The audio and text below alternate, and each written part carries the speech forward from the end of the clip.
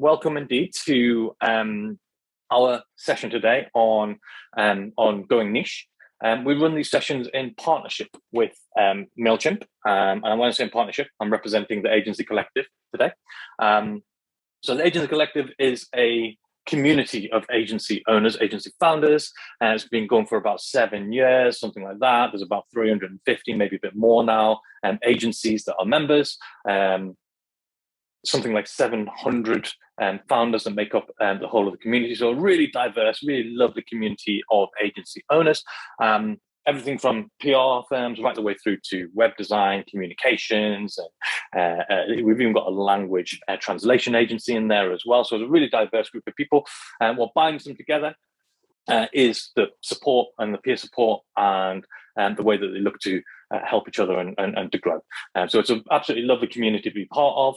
If you're not a member of the community yet, then I'm sure you will get an email or some follow-up comms off the back of this event. As I mentioned, we're working with MailChimp and Co. They've been amazing to work with over the last year or so. And I know that we've got a couple of MailChimp and Co. people on the call as well. Hi, Marianne. So everybody's probably familiar with MailChimp already as a tool. MailChimp & Co. is a community that was set up by the team over at MailChimp & Co. really to help agencies with their kind of email services, but it has gone way beyond that.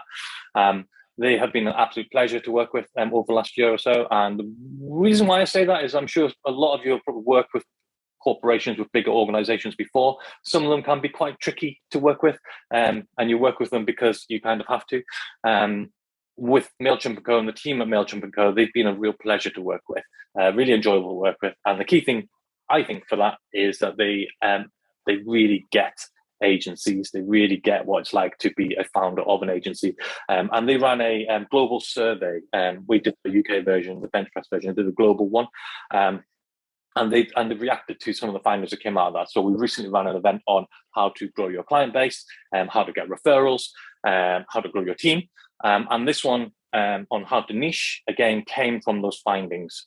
We know that agencies who go niche are able to charge disproportionately more than generalist agencies. They are more profitable and their business development efforts and their marketing efforts are more efficient. But it's not all unicorns and rainbows. Niching isn't as straightforward as just doing it. There are some challenges.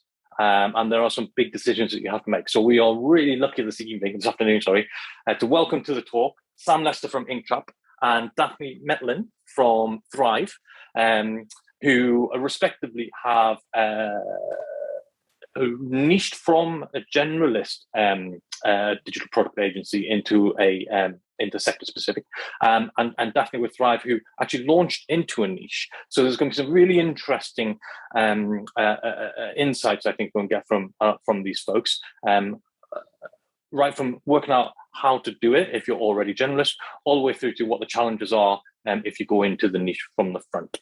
So I'll hand over these guys to do a quick intro in just a moment, but if it's all right, if you have any questions or anything you'd like to ask directly, please just drop them into the chat. I've got the chat open here. I'll obviously keep an eye on the chat, and I will ask you to unmute and ask your questions directly to Sam and to Daphne on the call, if that's okay.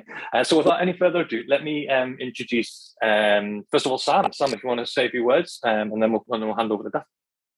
Hi, yes. So, I'm Sam, co-founder at Inktrap. We're a digital design studio, and we help financial and legal businesses design and build next-level web applications. Founded back in 2013, and like I said there, we sort of changed into kind of the financial and legal niche sort of about a year ago now. Fab. Thank you very much, Sam. And Daphne? Hi, I'm Daphne Metlin. I'm the founder of Thrive, Words That Change Lives. We were founded 20 years ago, at the very beginning of the internet, really, and when you could only put words on because you couldn't fit pictures on pages at that time. And we've been a specialist health editorial agency ever since. Excellent. So super interesting. Thank you very much for that. So I just want to delve a little bit deeper into your agency's first of all, just to give the rest of the folks on the call a bit more of a view on what it is that you do. Daphne, can I start with you first? Can you just give us a little bit more about Thrive and the kind of work that you undertake? I started out as a medical journalist, which is why we work in health, and we launched to do health content for health websites. And for the first 10 years, that's what we did. We launched health websites in 21 countries.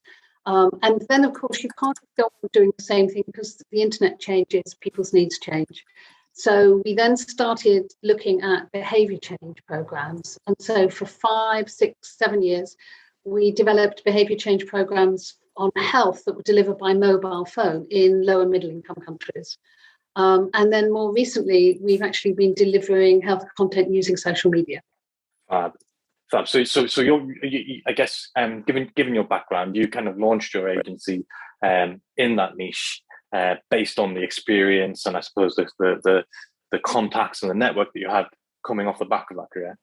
Yeah, that's right. I've been working for newspapers and TV and radio and writing books and things. And then I looked at this strange new thing called the internet, which came along. And I thought, this could be really good or really bad because anybody could publish anything. And we know, people do. And I wanted to work in that field, but actually make sure that everything we did was high quality, evidence-based, medically reviewed, all the things that you would do with the book. And nobody was doing that on the internet at the time. People were just throwing up what they had. Yeah. Fab. And yeah, I'm very keen to explore with you as we get into this. I guess some of the pressures that might have come onto the business, given that you were already in this niche. Just remind me, when did you start your agency again? 2020. 2000. Not 2020. It's only last year. 2000. In 2000. Okay, bro. Okay, so you've seen some of the ups and downs in terms of kind of global economic kind of process as well. So we'll keen to explore some of that. Sam, over to you. Tell us a little bit more about Inktrap, because I know that we've kind of actually crossed paths before being on the AC with some of the clients that you work with. So yeah, if you wouldn't mind just filling the gap with some of the folks on the call this afternoon. Sure. Yeah. So me and the other co-founder of Inktrap, James, we met at university, and we kind of started Inktrap straight out of university, kind of not really knowing anything about what we were doing or how we were going to do it. As a very kind of generalist agency, we would do basically any kind of design work that we'd get our hands on, from print to digital to, I think we even advertised that we did wayfinding at one point, like basically anything that we could think of was on the website. And sort of over time, we kind of narrowed our focus to be a bit more digital. Went through a period of doing primarily kind of consumer-focused iOS and Android apps. Sort of when the App Store was kind of getting very big, we kind of did a lot of consumer stuff, and then over time, kind of moved towards kind of web stuff that was more B2B. And then, most recently, obviously switched to kind of focus even further down into kind of financial and legal businesses. Kind of still sort of B2B web app type work, design and build. Excellent. So you actually went through a process of almost kind of that refining as you went along. Just a really quick question to everybody on the call, which I always find is quite interesting. It's kind of gallery. How many people here, when they first set up their agencies, kind of thought, don't leave any money on the table? Well, we will literally do anything. I'll put my hand up right straight away. If somebody asked us to design some brochures, well, somebody else asked us to put in the CRM system, like, yeah, we can do that. We're really good at it. And this is what you did. So that's quite interesting. Sam, that you kind of moved from that broad bit, and then it sounds like over time you started kind of niching down, and then more recently you've done the big sector niche. Sound right? Yeah, I think so. I mean, I don't think we thought of it as niching, as we kind of had done different things. It was just kind of what we wanted to work on at the time and what projects were coming in. And generally, obviously, projects that go well make more projects that are similar. So, I don't think it was very conscious until like last year when we kind of made the decision to kind of focus on a sector. It just kind of happened based on the projects that come in and sort of what we liked doing at the time. Yeah. So my favorite saying is more by coincidence than design. these things kind of naturally happen. I'm just going to stick with you just for a second, Sam. But you mentioned that you made the decision to go and niche last year. What were the what can you tell us just some of the circumstances, some of the triggers around what drove that decision? Sure. Yeah. So, I mean, part of it was related to COVID. So, we had been doing quite well and just kind of getting on with things and quite busy, sort of end of 2019 and early 2020. And yeah, kind of not really thinking too much about where we were taking the business, just kind of getting on with lots of project work. And then we went into lockdown, and we kind of lost a couple of clients, but nothing like major. So the business was still kind of ticking over, but it sort of suddenly freed up a lot of me and James's time to kind of think about other things. So we thought, well, while we've got this time to do this, let's do some strategy stuff that have been putting off for a long time. And that kind of, sort of launches into, let's actually think about what we want from the business and, how we want it to grow, like what we want to happen over the next few years. That ultimately one of the levers we decided to pull to kind of make things happen was sort of focusing on a more specific niche. So it was a time sort of, that we had lots of time available suddenly to do something like that. It is quite interesting, isn't it, when you do get the headspace, I suppose, to work. It's that age-old thing, isn't it? Working on the business instead of in the business. I just want to dive a little bit deeper, Sam. When you said what you guys wanted, so James is your co-founder, James Yoren. When you say you worked out or you think about what you wanted, were you thinking about on a kind of personal level? What you wanted from the business? Yeah, I guess both personal and what we wanted to see the business become. I think like just the nature of the way the business started and as I'd run up to that point, we hadn't really done a whole lot of planning of what we were aiming to do. We obviously had some personal objectives we wanted to achieve, and we feel like could be done through the business. And then, like professionally, we wanted to be, a better agency, a more well-known agency, a larger agency. So, goals around growth and sort of development of the business as well. So both. Excellent. Sounds really, really good. I'd love to explore as well the decision-making process that you guys take, because I'm always blown away by some of the frameworks and things like this that you put in. So I'd be really interested to know whether or not you apply that similar kind of method. But before we go into that, Daphne, I want to come to you because yours wasn't a pivot or a move from something or from generalist into a niche. You launched into the niche. What was your thinking behind that? I mean, did you think about the kind of opportunities? Did you do any kind of SWOT analysis, or did you just kind of jump into it? How did you kind of balance things up and weigh things up? I think because it was stuff I was already doing and I already had contacts in that field, it was more a case of, we need to move into this new area, which the internet was. And so we just took what we already did and worked out how to put it on the internet, because we didn't know, we hadn't a clue. At points I was reduced to sort of downloading a web page and going to view source and copying bits of coding out, because there weren't coders around at the time. So, you just sort of do it by the skin of your teeth, I suppose. But because I'm a health journalist, I always wanted to be in health. I didn't want to do anything else. And at the beginning, we did have people approaching us to do other things that we just weren't interested in. And luckily, we had enough health work to feel that we could go on doing that, and we could say, actually, we don't work in that area. And so we just then continued. And for a long time, we were so busy, we weren't looking for work. It was always coming to us. That's changed over the last few years, sadly. But, for ages there, it was more a case of, this work has come in, we need more people. So we started out with just 2 of us, and we're now 34. That's really impressive. That's really cool. 34 seems like huge. Yeah, it's a bit scary. yeah. I go into the kitchen in the office and there's someone there and I don't recognise them. I think, oh my God, how many people have we got? Don't. Somebody said to me once that the optimum number of connections is 6. From a management perspective, so you're beyond that by a factor of 5. Tim, I know you got a question, Tim Basford, about our consultant. So I'll ask you to unmute in just 1 second. But before I come to you, Daphne, I must ask you, when obviously you had a really distinguished career in healthcare and health kind of journalism and things like that, and you mentioned that you moved into the internet, which was this shiny new thing at the time. That must have been pretty scary to make that decision to go online when I guess there was no clear definition of what online was at the time. And there would have been the prevailing channels, journals, books, papers, publications, but you went digital. Can you talk us through a little bit of that? What was what was going through your mind? How did you weigh it up? Rather than playing it safe, which I guess it would have been stay in traditional media.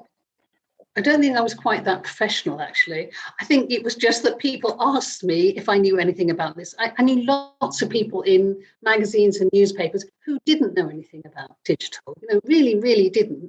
And they were ringing me up and saying, tell me about this. And I would simply ask my teenage son, who happened to be the right age to really understand all this, sort of sneak in and do bits on my computer for me. And I just learned along, really. And the good thing was, I think that the thing that really struck me was this internet thing was about the democratization of knowledge. Lots of people didn't have health knowledge at that stage. They didn't know things. If you can think back that far, you're all far too young, obviously. But, if there was something wrong, all you could do was go and ask your doctor. Whereas now, what do? You go online, you read up about it, you find out more, and then you go and talk to your doctor. Well, I've looked this up and I think it's this. So we're much, much more knowledgeable about health than we were 20 years ago. Wow. No, absolutely. And that was super interesting as well, because I guess it's one of the things, you have that specialization, you have a knowledge, you have your kind of comfort zone, and then I suppose the move, the risk, the decision was about moving into that space. Yeah. Tim, do you want to ask your question to Daphne once we've got you? Hi guys. Daphne, so health and life science is an area that we're looking to sort of push more into at the moment. And often I find with certain projects, certainly with life science, but also with health, that it can be quite sophisticated from a medical point of view. Yeah. And if you don't have people on the other end who have enough time to distill things down, to simplify them enough to get a creative response, it's often helpful to have somebody. I've got a few friends that kind of help me sometimes. If you get a massive brief and it's almost incomprehensible because it's so in-depth and so niche and so huge, and you have to reduce it down. And on some projects, I have actually used sort of consultant clinical practitioners who maybe have got a slight creative bent that they could sort of explain something quite complicated, but in a more easy to understand way, I guess. And I was just wondering from your point of view, because this is what you do day in, day out, do you have clinical practitioners that you would bounce stuff off or that would consult with you? Or do you tend to find that if you're working, say, with the NHS or another private health body, they would have somebody that is the point person? And I guess it's probably the same for you, Sam. If it's something complicated around financial things, as a designer, it's not your area of expertise, but they will want you to get everything perfect. So I guess that's my question. If you go into a niche, but you personally don't have a background in science or health or finance, do you feel it's important to have consultants who are experts in that field advising your creative? Absolutely. Yeah, you can't function in health. In some instances, people might run into problems, but if it's a health issue, you can kill them. So you can't, you have to get it right. You cannot give people that information. So we have a couple of medical researchers on staff who will, if we get a topic in, we've just been working on hypertension, for instance. So the medical researchers would go and find all the key stuff we needed to know about hypertension and brief the writers. But then we have medical reviewers. So everything goes through a medical reviewer, and all of our copy is referenced. It may not be referenced on the final website, but before it goes to the expert, we actually show them where we've got all our information. And then they will read it and check it and tell us where we're wrong and nudge us for things that, we've missed out that could have been in there. And only then will the information go live online. Yeah. So it's slow, but you've got to do it. Yeah, no, that's really useful. That's great. Thank you. And is it similar for you, Sam? Yeah, I would say fairly similar. Like we do rely on experts who know sort of the legal and financial processes. I guess on our side, what we're often dealing with is like a lot of data. So it's kind of understanding what that means and what the person will want to do with it. But we're not writing content about the actual things. So yeah, one of the things we'll do sometimes is create a glossary as we work with a client. So we're working on something to do with asset management. It's like, okay, what's a asset manager? What's a distributor? What's an EMT document? What's a UBO? So every time an acronym comes up when we're talking to somebody who's an expert in this, hopefully we know it, and if not, we add it to the list so anyone working on that project can go and read through it and figure out what maybe someone with quite a high level of technical knowledge in law is actually talking about. Which we found really helpful. Yeah, that's brilliant. Thank you. Great. Thanks, Tim. That was an awesome question. Just to kind of explore that a little bit more, but just over to you, Sam, because I know you've gone into financial and you've gone into legal, and they're two incredibly regulated sectors there, almost as regulated as medical, in fact, and healthcare. Do you find that? I guess it's an extension of Tim's question, really.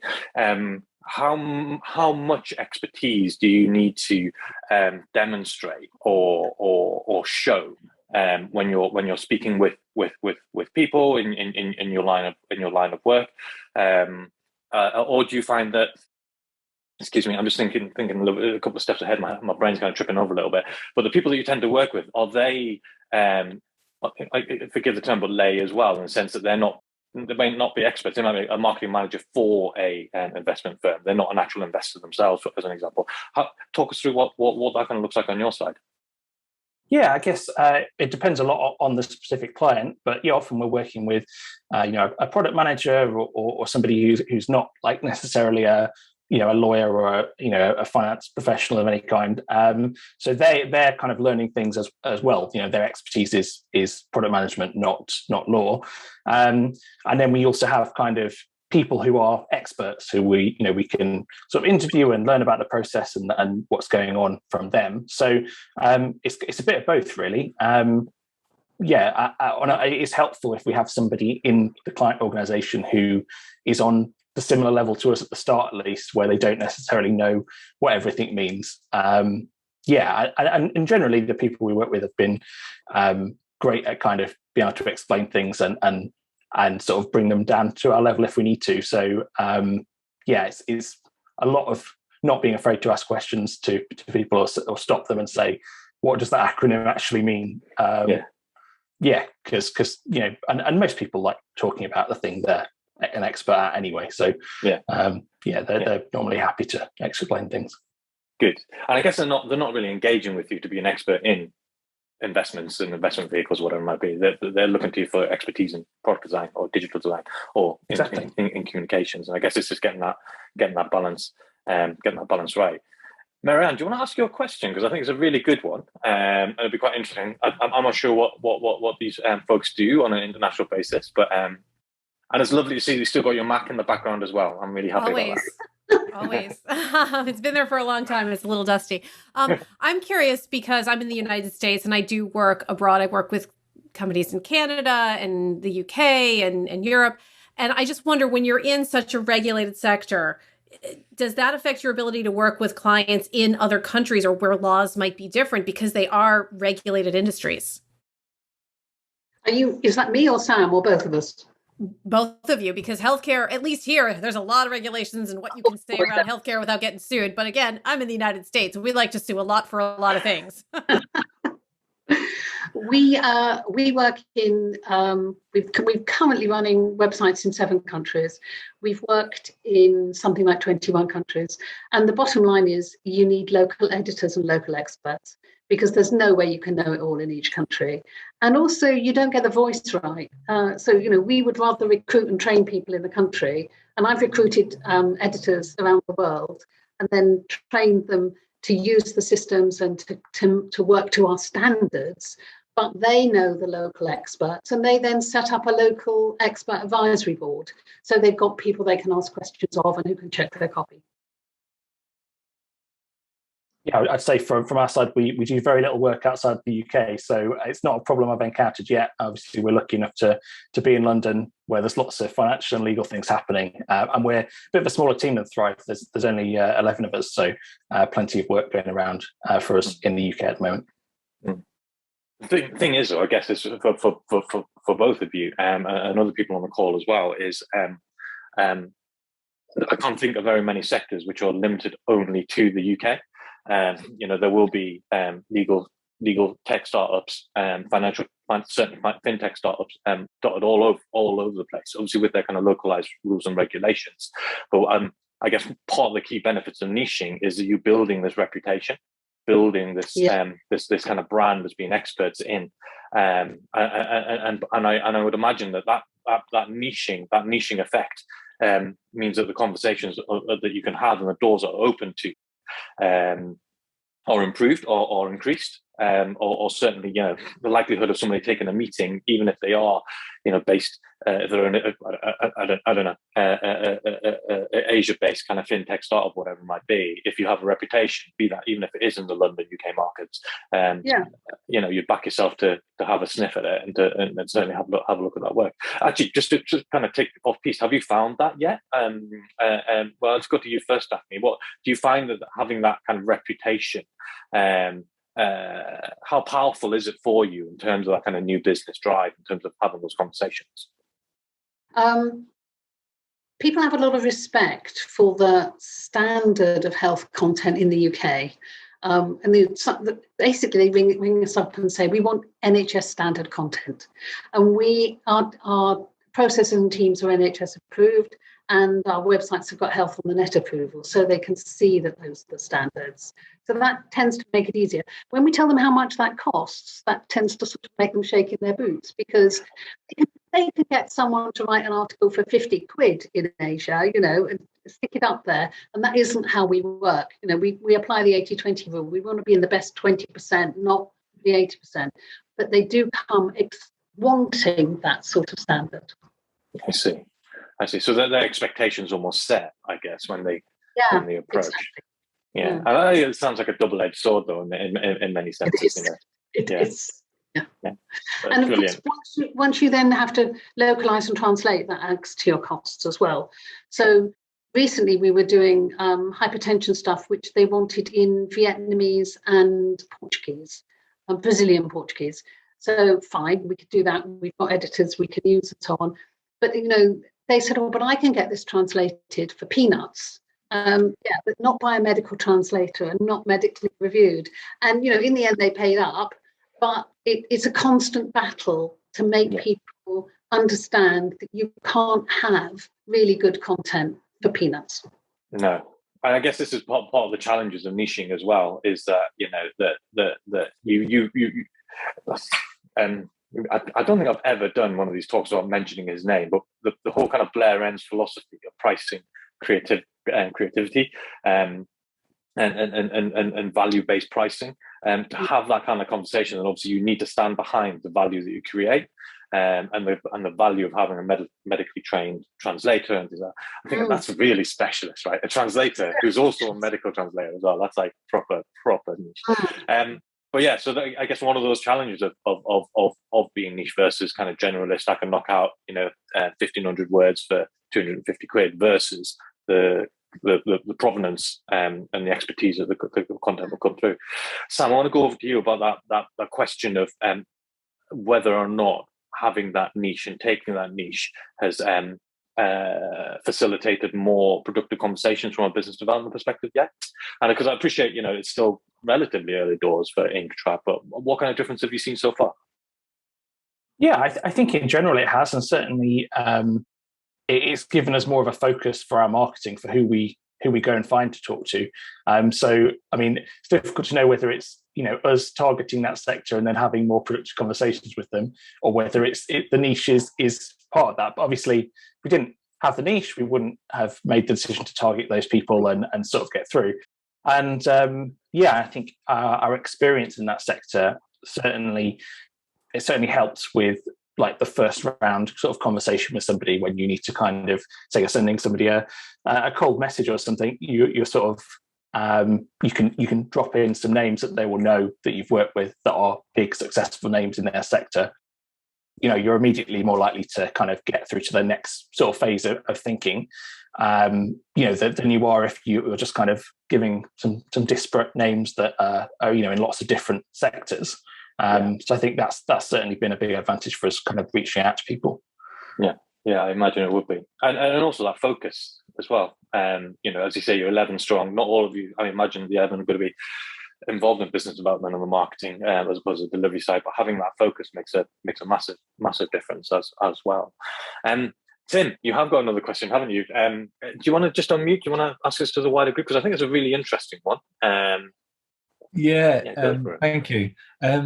Sorry, I only asked this because I was having this conversation with somebody at a networking event the other day, and I was talking about the niches that I was looking to sort of start reducing the company down to. And the guy I was talking to, he actually ran a PR company, but he was saying that he decided to not go into a niche because he felt like if you went down to a very specific niche, that would stifle creativity because you're only thinking about that niche all the time. You're thinking about that sector. Whereas if you're quite broad, quite generalist, you bring us, I guess, a freshness to each sector because you don't understand that sector as much. So you have to do your research. You have to come to it with fresh eyes.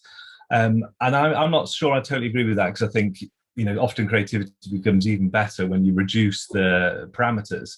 But I was just interested in what everybody else thinks, really, in terms of if you reduce down to a single niche, does that stifle creativity, amongst your staff, or is it an opportunity to increase the creativity because you're so laser focused? Great question. It's a really, really good question, and certainly on a personal level, on my business, we've been talking about niching, or just kind of just hanging our hat on a particular kind of bit, and I have a couple of anxieties around doing it, which I think we'll explore in some of the other questions. But just quick show of hands with other people that are on the call. Do we feel like, or does anybody have any comments in regards to? Tristan, do you want to unmute and share your thoughts? So, I mean, just one quick one. When I was working through with my mentor for picking it, is it tends to be when you do pick a niche, it sounds like you're reducing your options, and you walk through that door and then realize there were options you didn't know were possible in the first place. But the other part is, in order to scale the business, as long as I see it, I mean, I know there's a balance between creativity and not, but that's more a personal thing. I don't know whether that's we don't want to be tied down thing. My feeling was it allows you to make more confidence in what you can perform for that client, and also reduce the complexity of having to do that massive amount of research every time. If you can repeat more of your processes, you shouldn't show the client you're repeating more of your processes, but the more you can do, the more profit you're going to make. Every time that 90% of your project is research from scratch, don't have any prior on this, never done this before, bumping into all the issues, you're going to you're losing out, you're losing money. So at some point you have to balance that off, and obviously appreciating everyone would like something new every time, but realistically, do you look good, and are you going to appeal to the market and fit well if you're just randomly, okay, today we're marketing for shoe traders and tomorrow we're doing pharmaceuticals, and then on Friday we're doing, I don't know, hair care products, or I don't know, something. Sounds like a great week.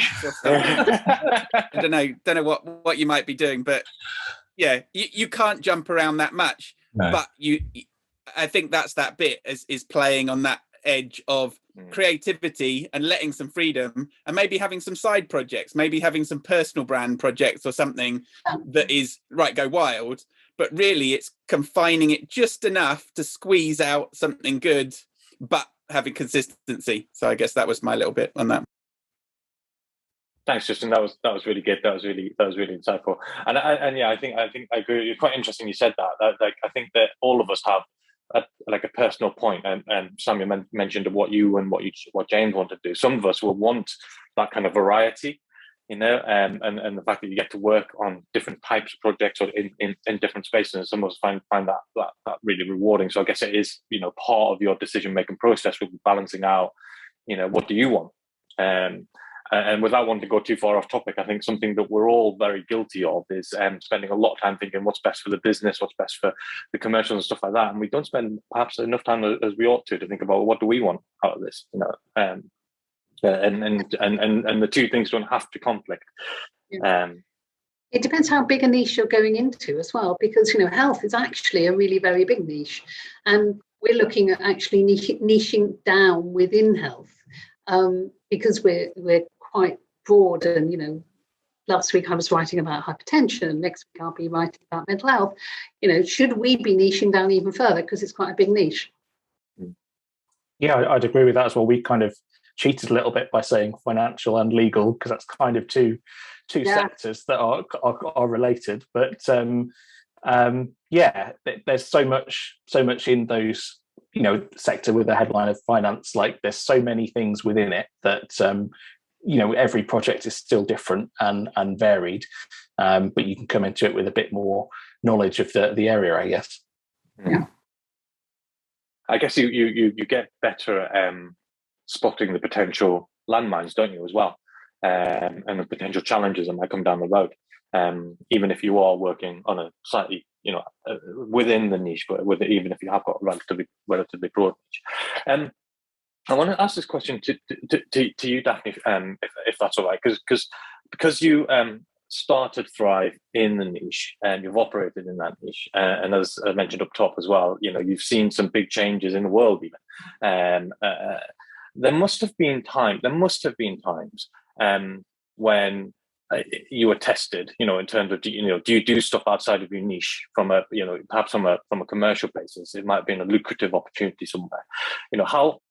How difficult was it for you to kind of make sure that you stuck to that niche? Were there any instances where I kind of tested you in that way? I think the biggest opportunity, if you like, that indeed some of my staff pushed hard to go after is medical comms, which we don't do. We're B2C, but on health, and not on. We won't write about drugs. We won't write information for pharmacy companies for medics. There's a lot of money in that field, but it isn't what we do. And on occasions, it's the sort of field that pushes the envelope on what we're comfortable with. So, for example, we had a Middle Eastern company who offered us a lot of money to write information about a fertility drug they had come up with, which could be bought over the counter, and wanted women to have information about this. But when our medical researchers looked at it, they said it's rubbish. It doesn't work. So that made that decision easy. Yeah. But that's the danger. You could end up, and of course, there's also huge amounts of regulation there. Whereas if we stick to direct-to-consumer health information, we can sidestep all of that regulation as well. That's interesting. That's really interesting. And I guess that's a thing, isn't it? It's like it sounds like that was almost like a test of the niche on one side, and it was very interesting as well that you don't do pharma, because again, we had a quick conversation before. So we've got a few clients that perhaps cross over, but there is so much money in that. There is in pharma, and the pharma companies spend a lot of money to try and engage with primary care, with medics, with doctors and stuff like this. So that's super interesting. But it sounds, sorry, where I'm going with this, it sounds like that was almost like a test of values, of test of purpose. I think that we have a strong social good, and I have very strong thoughts about what we will and won't do. And it's my company, so that's okay, I can do it. But I've had pushback from staff, and I've had staff leave because they wanted to make a lot more money than we're making. But, it's not a slave ship, there's the door. Yeah, we used to have that. We had the rule of 2 feet. If you don't like what you hear, and then you can get up and walk out. Exactly. Yeah. Sam, I'll flip over to you because it's slightly different. Because obviously you're a team of 11, and I know that you've grown a bit over the last 18 months or so as well. But how did you handle it on a team basis that you're going to niche into these particular sectors? What was it like then? Because you had a team then, right? This wasn't just you and James and you kind of do what you want. There were other people that you had to bring on this journey, right? So how did you go about doing that? So I guess the idea of it and kind of the planning of it just happened with me and James kind of sort of thinking about what we wanted to do. And we sort of tested the water in our one-to-ones about the kind of work that the team wanted to do and kind of what they found most interesting about the job, to kind of get an early indication of whether if we took this step, it would be a problem for people on the team. And then as part of our kind of year-end review, what are we going to do next year kind of meeting, we kind of then presented that as being a thing that we wanted to do, and sort of the reasons why, and sort of tried to be as transparent as possible around it, and that kind of then folded into the work we did on our own website that kind of was kind of the real world content and sort of thinking from that strategy. So I think we just tried to kind of get the temperature from the team first, kind of subtly, and then sort of talk to them transparently about why we were doing it, and then get them involved in actually making it a reality. Love it. I love it. I do like the way that you brought them on that kind of journey. I'm sure we've all experienced or seen it before, where it's kind of a decision gets made by them upstairs, and then you kind of get dragged along to it as well. And also, you give us a tiny little glimpse then, Sam, of this process as well, and the methodology that you use there. So you just to go back up a couple of levels. I said I'm going to ask you this question: when you decided to do it, did you have to do the niche? Sorry, what was your kind of framework? What was your kind of process for doing it? For like picking which niche? Yeah. I guess we looked at the clients we've had in the past, the current clients we had, the clients we had in the past that we liked working with. So kind of looked at what we have to start with, and then thought about kind of our strengths and weaknesses, I guess. So we know our team is really good at dealing with like quite complex product design challenges. Obviously, we're London based. Weaknesses, like we've done sort of brand projects and sort of marketing website projects that hadn't gone to plan, hadn't gone to budget, so we kind of ruled that out, and that kind of naturally led to this sector and kind of the focus on sort of, I guess, sort of mid-size businesses. From all of those kind of data points that we already had, I guess. And then when we were kind of talking it through, we had to think about, are the kind of projects and clients that we want in this sector, this kind of niche that we're kind of looking at, are the sort of projects and clients that are a few years out in the future there, are they the sort of people we want to work with and the sort of projects that we want? Kind of data, sort of coming up with an idea for a niche, and then thinking about whether it would work in the future as well. Nice. I do like that there's that data driven element, but there was also that, do we like them? Are the projects interesting? Yeah. You have to like working with the clients and like the sort of projects that they're going to offer, and be realistic that that if you work in a particular sector, you're going to be doing certain kinds of work. Fab. Sounds really, really good. Daniel Westlake, are you there? Yes, you are. Hello. Yes. Hello. You got a question there about? We're in a similar position actually with Sam. We're a team of 11. We're a digital agency. We've often said that we don't do branding. We don't do marketing websites. And we've actually got work by referring, you should speak to a graphic designer, or you should speak to a marketing agency. And so we often do this kind of specialist around a client approach, and that's worked quite well.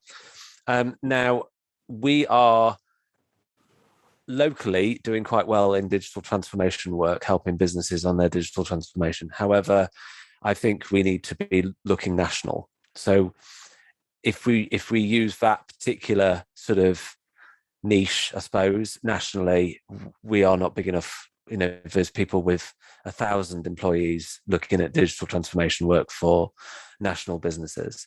So I've looked at the sort of clients that we work with, and we work with a lot of membership organizations and cooperatives or and universities. The common link is application forms and personal data.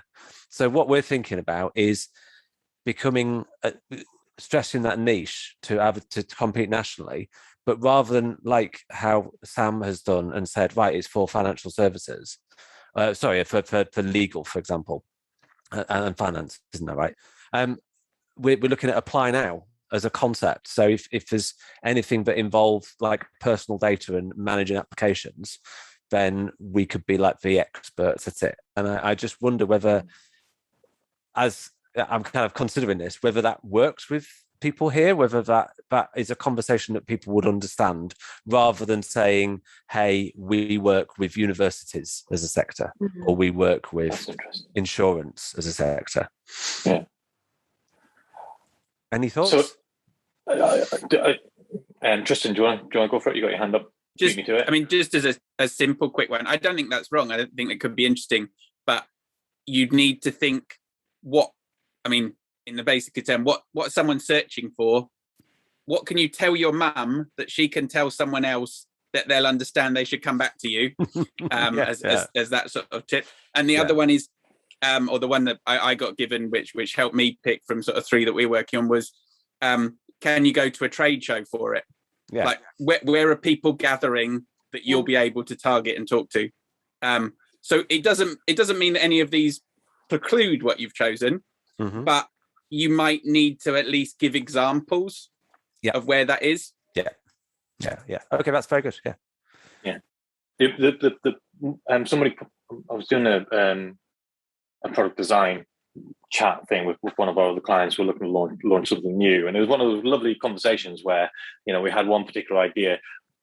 There's a term that I'm a big fan of, and that is strong convictions loosely held. So we were like really passionate about this idea, but as soon as we started talking about it, and then somebody had a better idea, it was kind of like, let's throw that one away. Let's go with that one, and this was the thing. And you brought up the book. I haven't read it myself, but is it Blue Ocean, Red Ocean? And trying to find, the market where, I think the analogy is where you've got a deep blue ocean that you can kind of grow your business in. You don't have too many competitors. Whereas if you position into something which is a red, blood-soaked sea kind of thing, where there's loads of people trying to get that bit of the pie. So it's like, for me, Daniel, it sounds like it's a question around kind of positioning, and if that is kind of niching into universities and the application sector, but it is that, it's almost kind of like you're not just targeting universities, you're targeting the applications team or whatever it might be. I mean, it's like, I think we need to be more focused, because we've done everything from fintech products and insurance, dealing with like fraud and that kind of stuff, to professional standard bodies and membership organization and cooperatives. So, it's like, maybe we do need to think of those trade shows and who we can get in front of, and maybe sort of specialize a little bit more. Yeah. Okay, good feedback. Yeah. No worries. James, are you still on the call? We've got a question from James here, which is a really interesting one. I can't say I don't know if he is. Yeah, he is. Hey, James, how are you? Good, mate. How are you doing? Yeah, all right. You look like you just come off holiday. I'm on holiday. I'm actually based in Dubai, so it's not time yet. That'll be what it is. Do you want to ask you a question, because it's quite an interesting one? Sure. So we were a brand strategy and design consultancy. We've been around for about nearly 9 years now, and we're very focused on the kind of the services that we do. But our sector is we did start off as kind of generalist, but over the last few years, we've kind of, just because of the amount of work that we've won and the portfolio and experience, we seem to have gone into 2 pockets. One is hospitality, which we're really good and strong at. And the other one is more industrial, oil and gas, manufacturing, engineering, the kind of chalk and cheese. So when it comes to our website, we've got holiday islands in the Maldives that we've rebranded, and we've got oil and gas companies. So it looks a little bit of a hodgepodge. Yeah. So we're thinking of now is, going through the kind of some of the research and understanding, obviously, to go even more niche, was to look at kind of breaking off a particular division, rebrand it. We've still got quite a sizable team here, and then kind of just split it that way and try that as an angle and see how if one becomes more successful than the other, because we do get equal amounts of work every year. They're both, kind of go from one to the other. The only real difference is that one obviously has a bigger kind of cash return, which is the kind of the industrial side, whereas the hospitality has much quicker turnover of a project. So it's juggling either way. I don't know if anybody's ever looked at kind of, exploring that as an idea to kind of branch off. Separate brand. Anybody done that? No. I just from the sounds of things, James, I think that sounds like a logical route to test. Just because you're right, they are such different personas that you would look to engage with, and they would look for such different things. The trying to combine the two in a single message, I think, would be really challenging, which I'm assuming you are already finding really, really challenging. So certainly, from my experience, I've worked in different publishers where we have had titles that targeted training companies and HR companies. They sat really nicely together. And then on the other hand, we had accountants, financial directors, and we just had a completely separate brand for that. So from external looking in, they look like two separate titles. But internally, we had the same, designers, working on different projects, working on different things.